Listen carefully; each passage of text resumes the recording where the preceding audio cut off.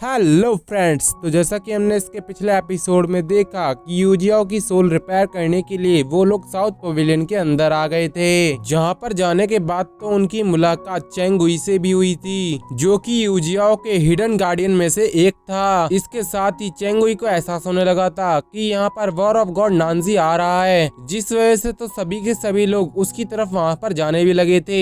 मगर तभी जियानशु ने उन सभी का ध्यान अपनी तरफ खींच लिया था, जिस वजह से यूजियाओ को नानजी से मिलने का मौका मिल जाता है। इससे पहले वो उससे बात भी कर पाती, तभी वहाँ पर उसके सभी के सभी गार्डियंस ने नानजी पर अटैक कर दिया था, जो देखकर तो मजबूरी में नानजी को भी उन पर अटैक करने के लिए उनको वहाँ से टेलीपोर्ट करना पड़ता है। लेकिन उन सभी को भी ये पता था कि आमने सामने की लड़ाई में कभी भी वो नानजी से नहीं जीत सकते, इसलिए वो नानजी को चकमा देकर वहाँ से तुरंत ही भागने लगते हैं। लेकिन वो यहाँ पर जी उनको पीछे छोड़ जाते हैं, जिस वजह से जी उनको तो उन पर काफी गुस्सा आने लगा था। वहीं वो सभी एक सेफ प्लेस पर पहुंचने के बाद जीउन को वहां पर श्रद्धांजलि देने लगते हैं। लेकिन तभी बीच में वहां पर जीउन टपक जाता है, जो कि अपने साथ साथ गॉड ऑफ वॉर नानजी को लेकर आया था। जीउन सिर्फ उसको यहाँ पर इसीलिए लेकर आया था क्योंकि नानजी ने उससे वादा किया था कि वो यूजियाओ की सोल्स को रिकवर करने में उसकी हेल्प करेगा, मगर इसमें उसकी शर्त भी थी। वो इसके बदले यूजियाओ से अकेले में बात करना चाहता था, जिस वजह से मजबूरी में ना चाहते हुए भी सभी लोगों को वहाँ से बाहर जाना पड़ता है। लेकिन वो लोग किसी न किसी तरीके से नानजी पर नजर रखे हुए थे, क्योंकि उन्हें नानजी पे बिल्कुल भी यकीन नहीं था। जो बात तो नानजी को भी पता चल जाती है, इसलिए उसने अपने पूरे कमरे में एक साउंड बैरियर को क्रिएट कर दिया था। इसके साथ ही हमें वहाँ पर कुछ साल पहले का सीन दिखाया जाता है, जहाँ पर नानजी असली वाली यूजियाओ के पास किसी काम से आया हुआ था, जिस वजह से तो यूजियाओ भी उसके इस काम के लिए वहाँ पर राजी हो जाती है और उसको सीधा ही जेड पवेलियन की फॉरबिडन वैली के अंदर ले गई थी, जहाँ पर उनका सामना उस वैली के एक गार्डन बीस्ट से हो गया था। तो अब आगे इस एपिसोड की स्टार्टिंग में हम उस बीस्ट को देखते हैं, जो कि सीधा ही उन पर अटैक करने बढ़ता है। उसे अपनी तरफ बढ़ता हुआ देखकर तो यूजिया उससे कहती है कि जियाओ भाई, इन पे हमला मत करो।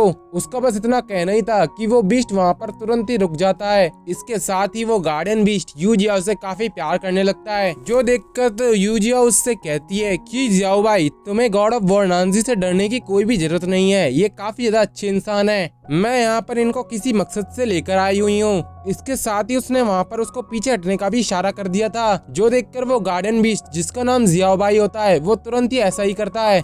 उसको इस तरीके से कमांड मानते हुए देखकर तो वहाँ पर यूजियाओ ने अपने पास से कुछ फ्रूट्स को बाहर निकाल लिया था, जो कि वो सीधा ही जियाओ भाई को खाने के लिए देती है, जिसे जियाओ भाई ने तुरंत ही वहाँ पर खा लिया था। तो वहीं यूजियाओ को ऐसा करते हुआ देखकर नानजी तो काफी हैरान हो चुका था, जो देखकर तो यूजियाओ भी उसकी तरफ उसी फल को आगे कर देती है। उसे ऐसा करता हुआ देखकर तो एक पल के लिए नानजी को भी काफी ऑकवर्ड फील होता है, मगर दूसरी तरफ यूजियाओ तो बड़े ही प्यार से उसकी तरफ उस फल को दे रही थी, जो देखकर तो तुरंत ही नानजी ने भी उस फल को ले लिया था और इसके साथ ही वो उस फल को वहाँ पर खा भी लेता है। उसे इस तरीके से खाता हुआ देखकर तो यूजियाओ उससे कहती है कि आखिर आपको इसका टेस्ट कैसा लगा? अगर आपको ये पसंद आया तो आपको मैं इसको खाने के लिए फ्यूचर में भी दे सकती हूँ, बस आप इसके बारे में मुझे एक इशारा कर दीजिएगा। जो सुनकर तो नानजी भी उससे कहता है कि तुम्हारा इसके लिए काफी ज्यादा शुक्रिया, लेकिन मैं तुमसे ये पूछना चाहता हूँ, आखिर ये बीस्ट तुम्हारी बात क्यों मानता है? उसकी इस बात पर तो यूजियाओ उसे बताती है क्योंकि जियाओ भाई और मैं दोनों ही एक साथ बड़े हुए हैं। जब जियाओ भाई यहाँ पर काफी छोटा था, तब से ये मेरे साथ ही रह रहा है। मैंने इसे बहुत पहले किसी जगह से अच्छे दाम में खरीद लिया था। दरअसल जब जियाओ भाई का यहाँ पर अंडा था, तभी से मैंने इस अंडे को बड़ी ही संभाल के पाला है। उसकी ये स्टोरी तो वहाँ पर नानजी बिल्कुल आराम से सुन लेता है।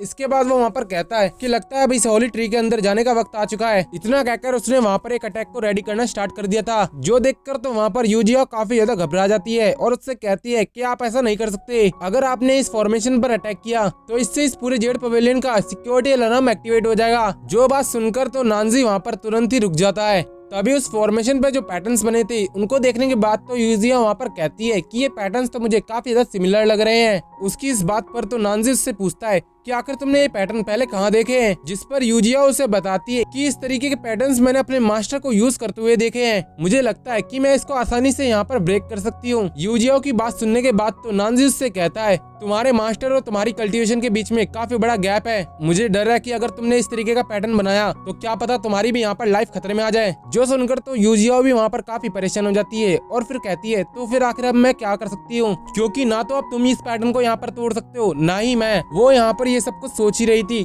कि तभी जियाओ भाई उसके बिल्कुल पास आके उसे कुछ इशारा करने लगता है, जो देखकर तो यूजिया उससे कहती है कि जियाओ भाई मुझे लगता है कि मुझे यहाँ पर कल आना चाहिए। उसका बस ये यहाँ पर कहना ही था कि तभी वो गार्डन बीस्ट अपने मुंह से एक टोकन को बाहर निकाल देता है, जिसके बाद वो उस टोकन का यूज करते हुए उस पूरे के पूरे फॉर्मेशन को वहाँ पर ब्रेक कर देता है। उस फॉर्मेशन के ब्रेक होने के बाद तो यूजिया वहाँ पर कहती है कि जियाओ भाई तुम तो सच में काफी ज्यादा अमेजिंग हो, तुमने आखिर ये बात मुझे पहले क्यों नहीं बताई? मास्टर पहले ही तुम्हें यहाँ पर इस फॉर्मेशन की देकर गए थे। इसके बाद तो नानजी और यूजिया दोनों ही सोली ट्री के पास जाने लगते हैं, जहाँ पर जाने के बाद नानजी ने अपने पास से एक बॉक्स को बाहर निकाल लिया था और वो सीधा ही यूजिया को देते हुए कहता है कि मैं अभी बहुत बड़ी मुसीबत में हूँ, तुम एक बार इस बॉक्स को खोल के देखो। जो सुनकर तो यूजिया ने भी तुरंत उस बॉक्स को खोल लिया था और उसके अंदर एक क्रिस्टल रखा हुआ था जो कि वहाँ पर नानजी की बॉडी से कनेक्ट था। उस क्रिस्टल को वहाँ पर देखने के बाद तो यूजिया कहती है कि ये क्रिस्टल तो काफी काला पड़ चुका है। उसकी ऐसी बात सुनकर तो नानजी वहाँ पर कहता है कि तुमने बिल्कुल ठीक कहा, मैं अभी यहाँ पर काफी ज्यादा इंजर्ड हूँ।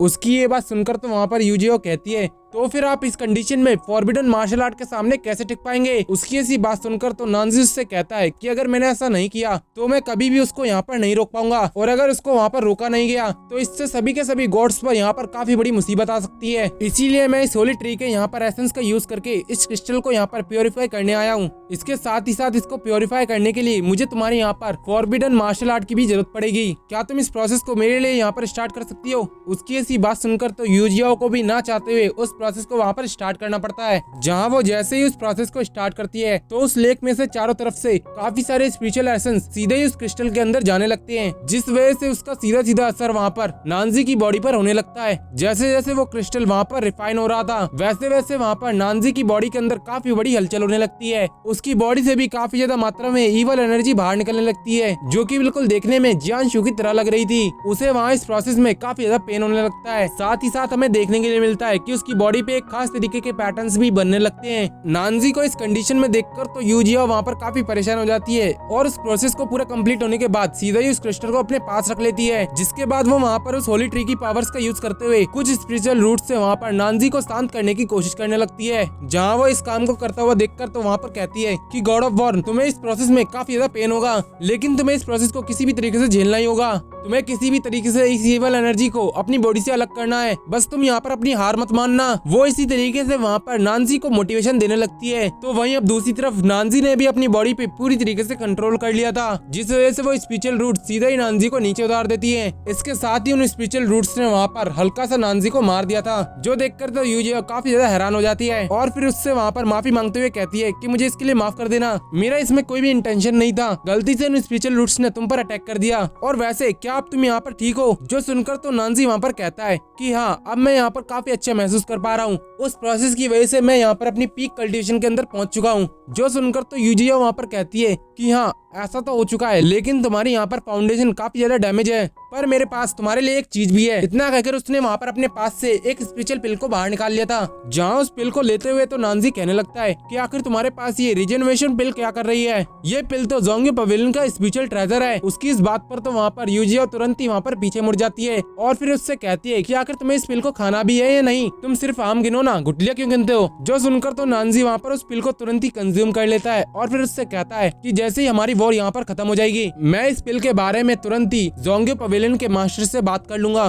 तुम्हें इसमें शामिल होने की भी कोई जरूरत नहीं होगी। जिसके बाद सीन शिफ्ट होकर करंट टाइम पर आता है, जहाँ पर यूजिया वहाँ पर कहती है पता है मैं उस टाइम पर तुम्हारे लिए कितनी ज्यादा परेशान थी, मुझे तो वहाँ पर लगने लगा था कि उस रेजेनेरेशन पिल ने तुम्हारे ऊपर कोई भी असर नहीं दिखाया होगा। उसकी ये सारी बात सुनने के बाद तो नानजी उससे कहता है तो फिर तुम यहाँ पर हीवान की बॉडी के अंदर क्या कर रही हो? उसकी ऐसी बात सुनकर तो वहाँ पर यूजिया कहती है क्योंकि शायद ऐसा हो सकता है कि मैं और हीवान एक साथ ही मरे हो, जिस वजह से हो सकता है कि मेरी सोल उसकी बॉडी के अंदर चली गई हो। उसके मरने के बाद मुझे यहाँ पर जब होश आया मुझे ऐसा लगने लगा कि जैसे उसकी सोल मेरे पास तो बिल्कुल भी है नहीं और सिर्फ इस बॉडी की मैं अकेली ऑनर हूँ। उसकी इस बात ने तो वहाँ पर नानजी को भी काफी हैरान कर दिया था और वो उससे पूछता है तो फिर उसका क्या हुआ? जिस पर तो यूजिया उससे कहती है मुझे पहले लगा था कि वो मर चुकी है, लेकिन वो मरी नहीं है। जब मैं यहाँ पर एक प्रॉब्लम में थी तब उसकी सोल अचानक से ही मेरे पास आ गई थी और उसने वहाँ पर आकर अपने वेपन के जरिए मेरी यहाँ पर मदद करी थी। साथ ही साथ उसने वहाँ पर अपने वेपन को भी मुझे दे दिया था। वो तो यहाँ पर मुझसे कह के गई थी कि अगर जब तुम यहाँ पर स्ट्रांग हो जाओगी तो हमारी मुलाकात यहाँ पर दोबारा होगी। बेशक मेरी सोल इस बॉडी के अंदर है, लेकिन मैं उसकी स्ट्रांग पावर को आसानी से फील कर सकती हूँ। उसकी पावर्स तो यहाँ पर बहुत ज्यादा टेरिफाइंग है।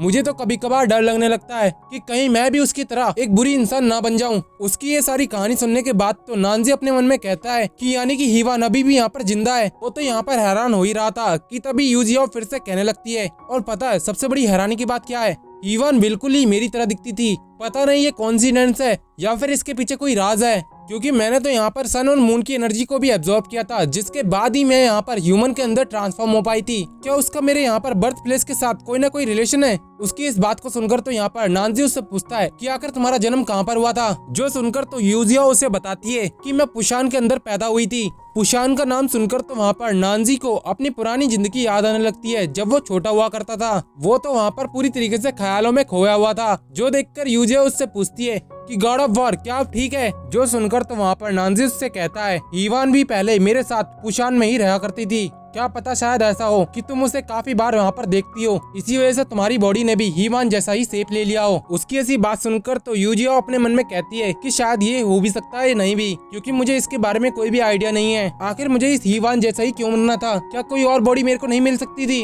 और आखिर ये गॉड ऑफ वॉर नानजी हीवान को इतनी अच्छी तरीके से कैसे जानते हैं? वो ये सब कुछ यहाँ पर सोच ही रही थी कि तभी नानजी उससे कहता है कि तुम्हें यहाँ पर सोल लॉकिंग टावर का यूज करना था ना, तो चलो उस प्रोसेस को अभी शुरू करते हैं। इतना कहकर वो अपने सोल लॉकिंग टावर की पावर्स का यूज करने लगता है, जिसके बाद तो नानजी वहाँ पर यूजियाओ की सोल को महसूस कर पा रहा था। इसके साथ ही साथ वहाँ पर उसे हीवान की सोल भी महसूस होती है, जिन दोनों की एनर्जी आपस में काफी ज्यादा डिफरेंट थी, जिस वजह से वो सोल एक ही साथ एक बॉडी के अंदर एक ही टाइम पर नहीं रह सकती थी। तभी वो प्रोसेस भी पूरी तरीके से कम्प्लीट हो गया था। इसके बाद तो यूजियाओ उससे पूछती है कि आखिर आपने यहाँ पर क्या किया? मैंने तो आपसे पहले ही कहा था कि ईवान की सोल यहाँ पर मेरे लिए काफी ज्यादा खतरा है। उसकी पावर सच में काफी ज्यादा एक्सट्रीमली हाई है। इससे पहले उसकी सोल इस बॉडी के अंदर हावी हो जाए, मुझे लगता है कि इस बात की खबर हमें हेवनली पैलेस को कर देनी चाहिए, ताकि हमें भी जितनी जल्दी हो सके इस मुसीबत से छुटकारा मिल जाए। उसकी ऐसी बात सुनकर तो वहाँ पर नानजी उससे कहता है लेकिन इसमें काफी देर हो चुकी है, क्योंकि मुझे लगता है कि तुम्हारी सोल ने इस बॉडी को पूरी तरीके से अपने कब्जे में कर लिया है। इसी वजह से मुझे यहाँ पर हीवान की ब्रेथ भी महसूस नहीं हुई। उसकी इस बात से तो यूजियाओ वहाँ पर काफी खुश हो जाती है और फिर वहाँ पर कहती है तो इसका मतलब हीवान यहाँ पर वापस नहीं आएगी, तब तो मैं बड़ी आसानी से इस बॉडी को यहाँ पर छोड़ सकती हूँ, जिसके बाद मैं फिर से लिटिल फेरी वाली बॉडी के अंदर चली जाऊंगी। लेकिन उसकी ऐसी बात सुनकर तो नानजी उससे कहता है कि यूजियाओ तुम ऐसा नहीं कर सकती, क्योंकि ये बॉडी हीवान की है। तुम चाहकर भी अपनी मर्जी से अपनी सोल को इस बॉडी के अंदर से बाहर नहीं निकाल सकती। अगर तुमने फोर्सफुली ऐसा करने की कोशिश करी तो मुझे डर है कि तुम दोनों की सोल्स यहाँ पर डिस्ट्रॉय हो जाएंगी। उसकी ऐसी बात सुनकर तो यूजियाओ वहाँ पर काफी ज्यादा डर चुकी थी। तभी नानजी अपनी ब्लड की पावर का यूज करते हुए उस सोल लॉकिंग टावर को सीधा ही यूजियाओ की बॉडी के अंदर डाल देता है। इसके बाद वो वहाँ पर कहने लगता है कि तुम्हें चिंता करने की कोई जरूरत नहीं है। जैसे ही वहाँ पर हीवान की तीनों सोल्स रिकवर हो जाएंगी, मैं तुम्हारी इस सोल को यहाँ से निकालने का कोई ना कोई दूसरा तरीका ढूंढ लूंगा, जिसके बाद मैं तुम्हारी सोल को दोबारा से तुम्हारी बॉडी के अंदर भेज दूंगा। जो सुनकर तो यूजियाओ वहाँ पर काफी ज्यादा खुश हो जाती है। तभी नानजी वहाँ पर कहता है कि तुम्हारा मेरे ऊपर काफी बड़ा एहसान है, इसलिए चाहे कुछ भी क्यों ना हो जाए मैं तुम्हें यहाँ पर प्रोटेक्ट करने के लिए कुछ भी करूंगा। इतना कहते कहते उसके मुंह से वहाँ पर ब्लड आने लगता है, जो देखकर तो यूजियाओ वहाँ पर उसके लिए काफी परेशान हो जाती है। तो वहीं दूसरी तरफ नानजी तो वहाँ पर बेहोश होने लगा था और ये सीन दिखाते ही ये एपिसोड यहीं पर खत्म हो जाता है। अगर आपको मेरी एक्सप्लेनेशन पसंद आई हो तो वीडियो को लाइक करके चैनल को सब्सक्राइब करना मत भूलेगा। मिलते हैं इसकी नेक्स्ट वीडियो में।